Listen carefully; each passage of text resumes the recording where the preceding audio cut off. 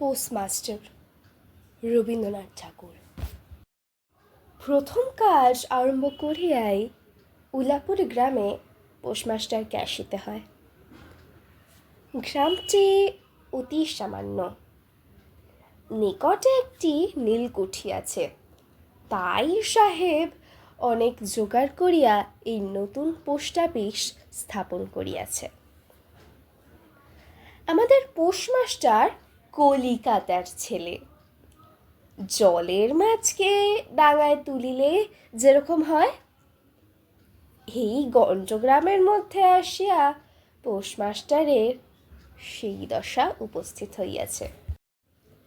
একখানি অন্ধকার আটচালার মধ্যে তাহার আপিস। অদূরে একটি পানা পুকুর এবং তাহার চারিপারে জঙ্গল। কুঠির গোমাস্তা প্রভৃতি যে সকল কর্মচারী আছে তাহাদের ফুরসত প্রায় নাই এবং তাহার ভদ্রলোকের সহিত মিশিবার উপযুক্ত নহে। বিশেষত কলিকাতার ছেলে ভালো করিয়া মিশিতে জানে না। অপরিচিত স্থানে গেলে হয় উদ্ধত নয় অপ্রতিভ হইয়া থাকে। এই কারণে স্থানীয় লোকের সহিত তাহার মেলামেশা হইয়া ওঠে না। অথচ হাতে কাজ অধিক নাই। কখনো কখনো দুটো একটা কবিতা লিখিতে চেষ্টা করেন। তাহাতে এমন ভাব ব্যক্ত করিয়াছেন যে সমস্ত দিন তরুপল্লবের কম্পন এবং আকাশের মেঘ দেখিয়া জীবন বড় সুখে কাটিয়া যায়। কিন্তু অন্তর্যামী জানেন, যদি আরব্য উপন্যাসের কোনো দৈত্য আসিয়া এক রাত্রের মধ্যে এই শাখাপল্লব সমেত সমস্ত গাছগুলো কাটিয়া পাকা রাস্তা বানিয়ে দেয় এবং সারি সারি অট্টালিকা আকাশের মেঘকে দৃষ্টিপথ হইতে রুদ্ধ করিয়া রাখে, তাহা হইলে এই আদমরা ভদ্র সন্তানটি পুনশ্চ নবজীবন লাভ করিতে পারে। পোস্টমাস্টারের বেতন অতি সামান্য। নিজে রাঁধিয়া খাইতে হয় এবং গ্রামের একটি পিতৃমাতৃহীন অনাথা বালিকা তাহার কাজকর্ম করিয়া দেয়। চারিটে চারিটে খাইতে পায়। মেয়েটির নাম রতন, বয়স 12-13। বিবাহের বিশেষ সম্ভাবনা দেখা যায় না।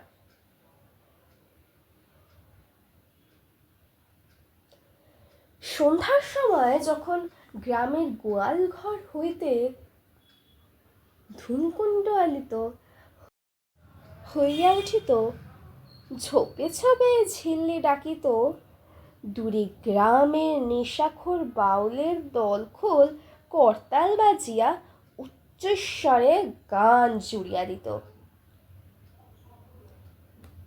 যখন অন্ধকারে দাওয়ায় একলা বসিয়া গাছের কম্পন দেখিলে খুবই হৃদয় ঈষৎ হৃৎকম্পন উপস্থিত হইত, তখন ঘরের কোণে একটি ক্ষীণ শিখা প্রদীপ জ্বালিয়া পোস্টমাস্টার ডাকিতেন, রতন। রতন দাঁড়ি বসিয়া এই ডাকের জন্য অপেক্ষা করিয়া থাকিত, কিন্তু এক ডাকেই ঘরে আসিত না। বলিত, কি গো বাবু, কেন ডাকছ? তুই কি করছিস? এখনই চুলো ধরাতে যেতে হবে হেসেলের। তোর হেসেলের কাজ পরে হবে, এখন একবার তামাকটা সেজে দে তো। অনতি বিলম্বে দুটি গাল খুলিয়া কলিকায় ফু দিতে দিতে রতনের প্রবেশ। হাত হইতে কলিকাটা লইয়া পোস্টমাস্টার ফস করিয়া জিজ্ঞাসা করেন, আচ্ছা রতন, তোর মাকে মনে পড়ে? সে অনেক কথা, কতক মনে পড়ে কতক মনে পড়ে না। মায়ের চেয়ে বাপ তাহাকে বেশি ভালোবাসত। বাপকে অল্প অল্প মনে আছে। পরিশ্রম করিয়া বাপ সন্ধ্যাবেলার ঘরে ফিরে আসত। তাহারই মধ্যে দৈবাত দুটি একটি সন্ধ্যা তাহার মনে পরিষ্কার ছবির মতো অঙ্কিত আছে। এই কথা হইতে হইতে ক্রমে রতন পোস্টমাস্টারের পায়ের কাছে মাটির ওপর বসিয়া পড়িত। মনে পড়িত তাহার একটা ছোট ভাই ছিল। বহু পূর্বের কার বর্ষার দিনে একদিন একটা ডোবার ধারে দুইজনে মিলিয়া গাছের জাঙা ডালকে ছেদ করিয়া মিছামিছি মাছ ধরার খেলা করিয়াছিল।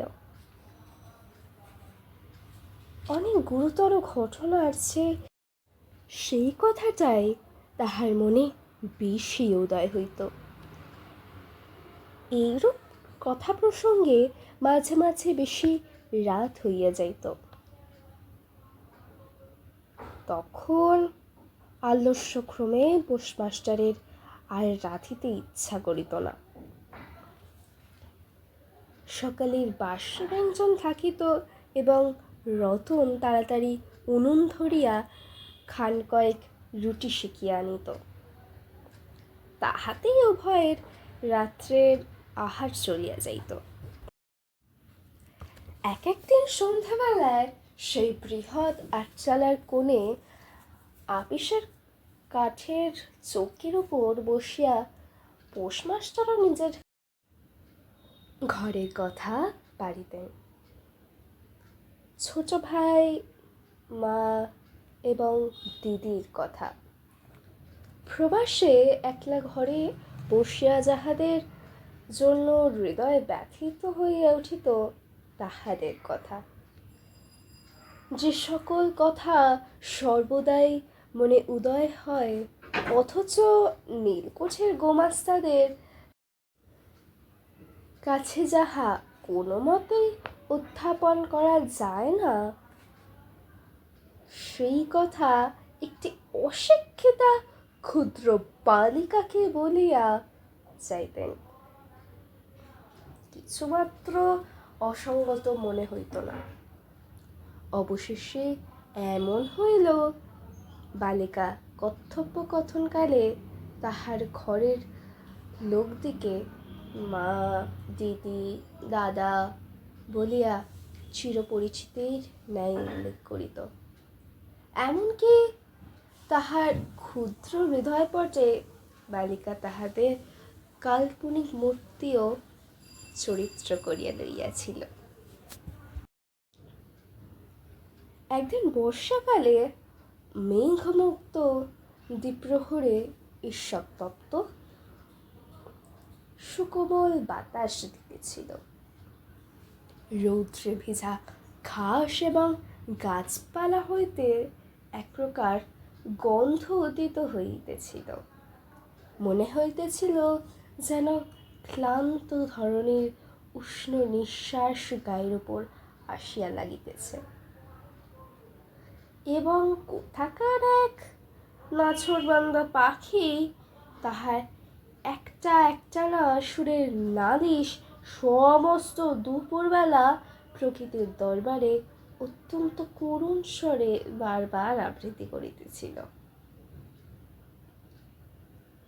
পোস্টমাস্টারের হাতে কাজ ছিল না। সেদিনকার বৃষ্টিধৌত মিশ্রণ চিক্কণ তরু পল্লবের। হিল্লল এবং পরাভূত বর্ষার ভগ্নাবিশিষ্ট রৌদ্রশুভ্র স্তূপাকার মেঘের বাস্তবিকই দেখিবার বিষয় ছিল। পুষমাস্টার তাহা দেখিতেছিলেন এবং ভাবিতেছিলেন, সেই সময়ে কাছে একটি কেহ নিতান্ত আপনার লোক থাকিত, হৃদয়ের সহিত একান্ত সংলগ্ন একটি স্নেহপুত্তলী মানব মূর্তি। ক্রমে মনে হইতে লাগিল, সেই পাখি ওই কথাই বারবার বলিতেছে এবং এই জনহীন তরুচ্ছায়া নিমগ্ন মধ্যাহ্নের পল্লব মর্মের অর্থ কতকটা এইরূপ। কেহ বিশ্বাস করে না এবং জানিতে পারে না, কিন্তু ছোট পল্লীর সামান্য বেতনের সাপ পোস্টমাস্টারের মনে গভীর নিস্তব্ধ মধ্যাহ্ন দীর্ঘ ছুটির দিনে এইরূপ একটা ভাবের উদয় হইয়া থাকে। পোস্টমাস্টার একটা দীর্ঘ নিঃশ্বাস ফেলিয়া ডাকিলেন, রতন। রতন তখন পেয়ারা তলায় পা ছড়িয়া দিয়া কাঁচা পেয়ারা খাইতেছিল। প্রভুর কণ্ঠস্বর শুনিয়া অবিলম্বে ছুটিয়া আসিল, হাঁপাইতে হাঁপাইতে বলিল, দাদাবাবু ডাকছ? পোস্টমাস্টার বলিলেন, তোকে আমি একটু একটু করে পড়তে শেখাবো বলিয়া সমস্ত দুপুরবেলা তাহাকে লইয়া সরেয়া করিলেন এবং এই রূপে অল্পদিনেই যুক্তাক্ষর উত্তীর্ণ হইলেন। শ্রাবণ মাসে বর্ষণের আর অন্ত নেই। খাল বিল নালা জলে ভরিয়া উঠিল। অহর্নিশি ডেকের ডাক এবং বৃষ্টির শব্দ। গ্রামের রাস্তায় চলাচল প্রায় এক প্রকার বন্ধ। নৌকায় করিয়া হাটে যাইতে হয়। একদিন প্রাতঃকাল হইতে খুব বাদলা করিয়াছে। পোস্টমাস্টারের ছাত্রীটি অনেকক্ষণ দ্বারের কাছে অপেক্ষা করিয়া বসিয়াছিল, কিন্তু অন্য দিনের মতো যথাসাধ্য নিয়মিত ডাক শুনিতে না পাইয়া আপনি কুঙ্গিপুঁথি লইয়া ধীরে ধীরে ঘরের মধ্যে প্রবেশ করিল। দেখিল পোস্টমাস্টার তাহার খাটের উপর শুইয়া আছে, বিশ্রাম করিতেছেন। মনে করিয়া অতি নিঃশব্দে পুনশ্চ ঘর হইতে বাহিরে যাবার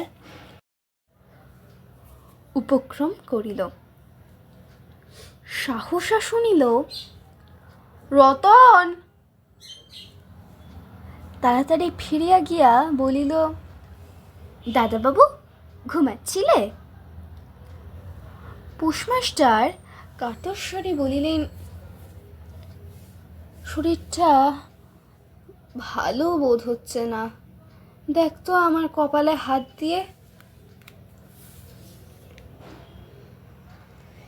এই নিতান্ত নিঃসঙ্গ প্রবাসে ঘন বর্ষায় রোগকাতর শরীরে একটুখানি সেবা পাইতে ইচ্ছা করে।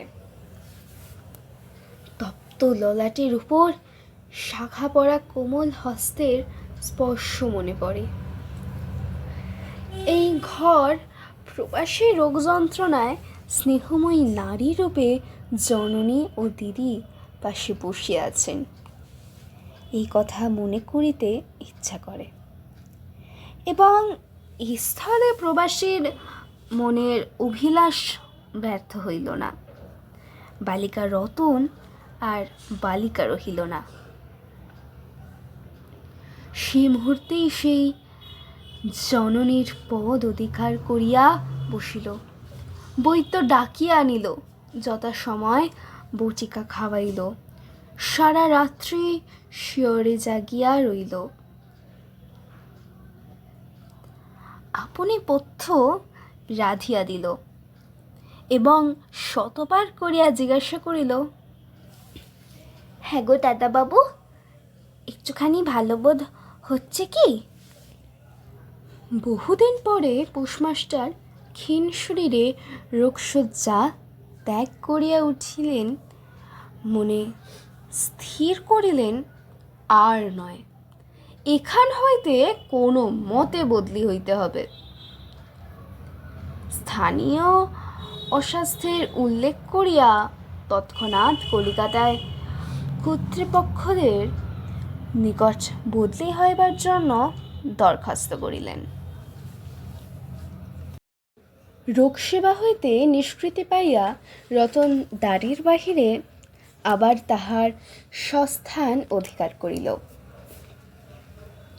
কিন্তু পূর্ববৎ আর তাহাকে ডাক পড়ে না। মাঝে মাঝে উকি মারিয়া দেখে পোস্টমাস্টার অত্যন্ত অন্যমনস্কভাবে চৌকিতে বসিয়া অথবা খাটিয়ায় শুইয়া আছেন। রতন যখন আহ্বান প্রত্যাশা করিয়া বসিয়া আছে, তিনি তখন অধীর চিত্তে তাহার দরখাস্তের উত্তর প্রতীক্ষা করিতেছেন।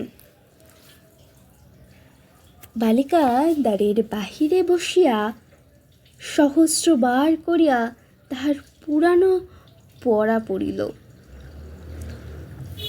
পাছে যেদিন সাহসার ডাক পড়িবে, সেদিন তাহার যুক্তাক্ষর সমস্ত গোলমাল হইয়া যায়, এই তাহার একটা আশঙ্কা ছিল।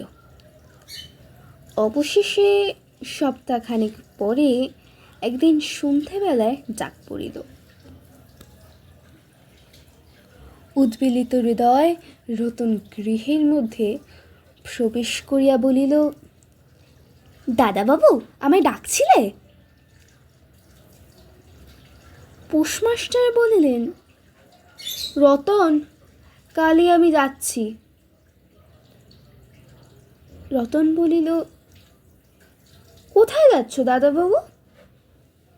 বাড়ি যাচ্ছি। আবার কবে আসবে? আর আসবো না। রতন আর কোনো কথা জিজ্ঞাসা করিল না। পোস্টমাস্টার আপনিই তাহাকে বলিলেন, তিনি বদলির জন্য দরখাস্ত করিয়াছিলেন। দরখাস্ত নামজোর হইয়াছে, তাই তিনি কাজে জবাব দিয়া বাড়ি যাইতেছেন। অনেকক্ষণ আর কেহ কোনো কথা কহিল না। মিটমিট করিয়া প্রদীপ জ্বলিতে লাগিল এবং এক স্থানে ঘরের জীর্ণ চাল ভেদ করিয়া একটি মাটির সরার উপর টপ টপ করিয়া বৃষ্টির জল পড়িতে লাগিল। কিছুক্ষণ পরে রতন আস্তে আস্তে উঠিয়া রান্নাঘরে রুটি করিতে গেল। অন্য দিনের মতো তেমন চটপট হইল না। বোধ করি মধ্যে মধ্যে মাথায় অনেক ভাবনা উদয় হয়েছিল। পোস্টমাস্টারের আহার সমাপ্ত হইলে পর বালিকা তাহাকে জিজ্ঞেস করিল, দাদাবাবু, আমাকে তোমাদের বাড়ি নিয়ে যাবে? পোস্টমাস্টার হাসিয়া কহিলেন, সে কি করে হবে? ব্যাপারটা যে কি কি কারণে অসম্ভব তাহা বালিকাকে বুঝানো আবশ্যক বোধ করিলেন না। সমস্ত রাত্রি স্বপনে এবং জাগরণে বালিকার কানে পোস্টমাস্টারের হাস্যধ্বনির কণ্ঠস্বর বাজিতে লাগিল। সে কি করে হবে? ভোরে উঠিয়া পোস্টমাস্টার দেখিলেন তাহার স্নানের জল ঠিক আছে। কলিকাতার অভ্যাস অনুসারে তিনি তুলা জলে স্নান করিতেন। কখন তিনি যাত্রা করিবেন সে কথা বালিকা কী কারণে জিজ্ঞাসা করিতে পারে নাই, পাছে প্রাতঃকালে আবশ্যক হয়, এই জন্য রতন তত রাত্রে নদী হইতে তাহার স্নানের জল তুলিয়া আনিয়াছিল। স্নান সমাপন হইলে রতনের ডাক পড়িল। রতন নিঃশব্দে গৃহে প্রবেশ করিল এবং আদেশ প্রতীক্ষায় একেবারে নীরবে প্রভুর মুখের দিকে চাহিল। প্রভু কহিলেন, রতন, আমার জায়গায় যে লোকটি আসবেন তাকে বলে দিয়ে যাবি তিনি তোকে আমারই মতো যত্ন করবেন। আমি যাচ্ছি বলে তোর কিছু ভাবতে হবে না। এই কথাগুলো যে অত্যন্ত স্নেহগর্ব এবং দয়ার্দ্র হৃদয় হইতে উত্থিত সেই বিষয়ে কোনো সন্দেহ নাই, কিন্তু নারী হৃদয় কি বুঝিবে? রতন অনেকদিন প্রভুর অনেক তিরস্কার নীরবে সহ্য করিয়াছে, কিন্তু এই নরম কথা সহিতে পারিল না।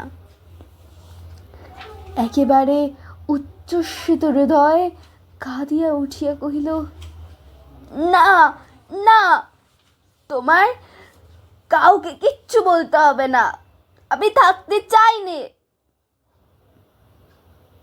পোস্টমাস্টার রতনের এরূপ ব্যবহার কখনো দেখেন নাই, তাই অবাক হইয়া রহিলেন। নূতন পোস্টমাস্টার আসিল।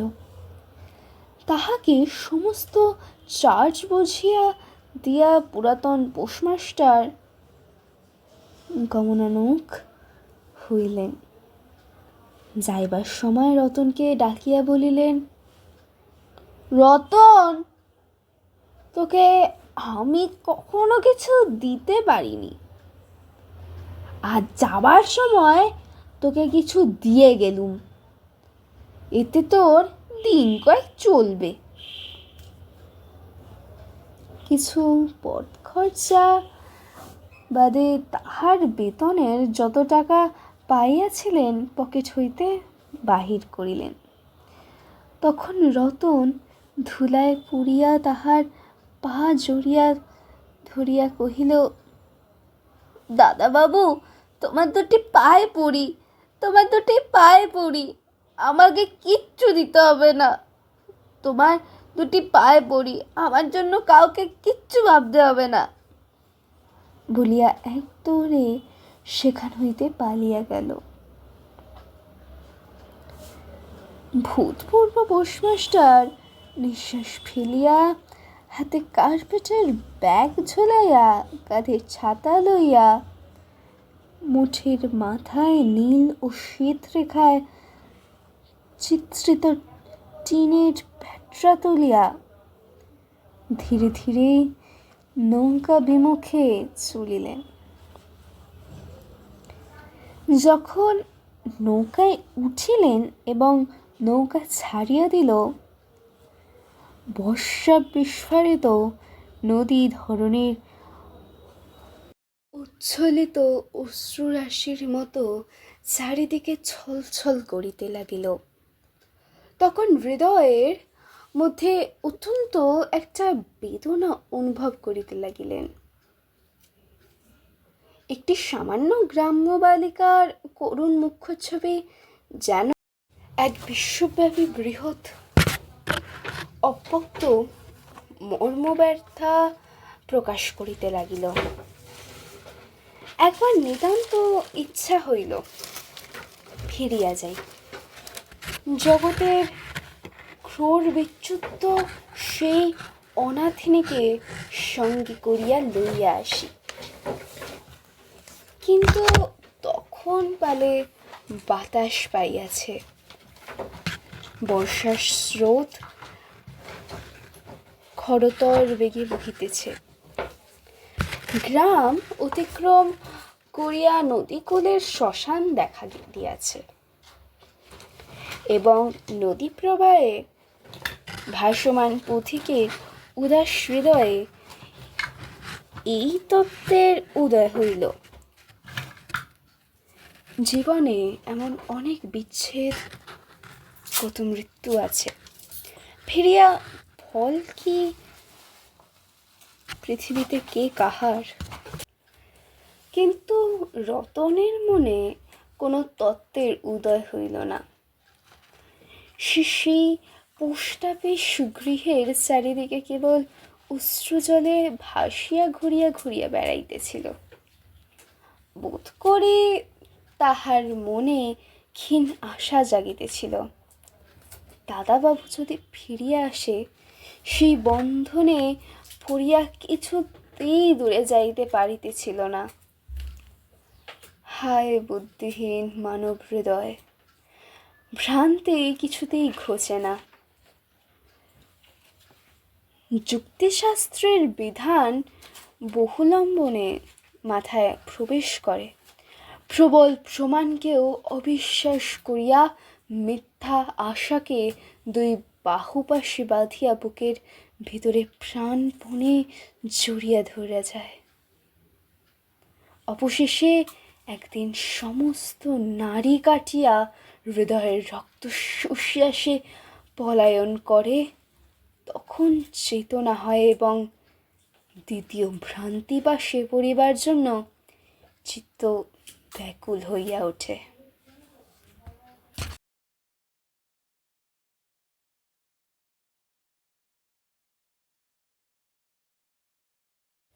কণ্ঠে আমি স্রোতস্বিনী।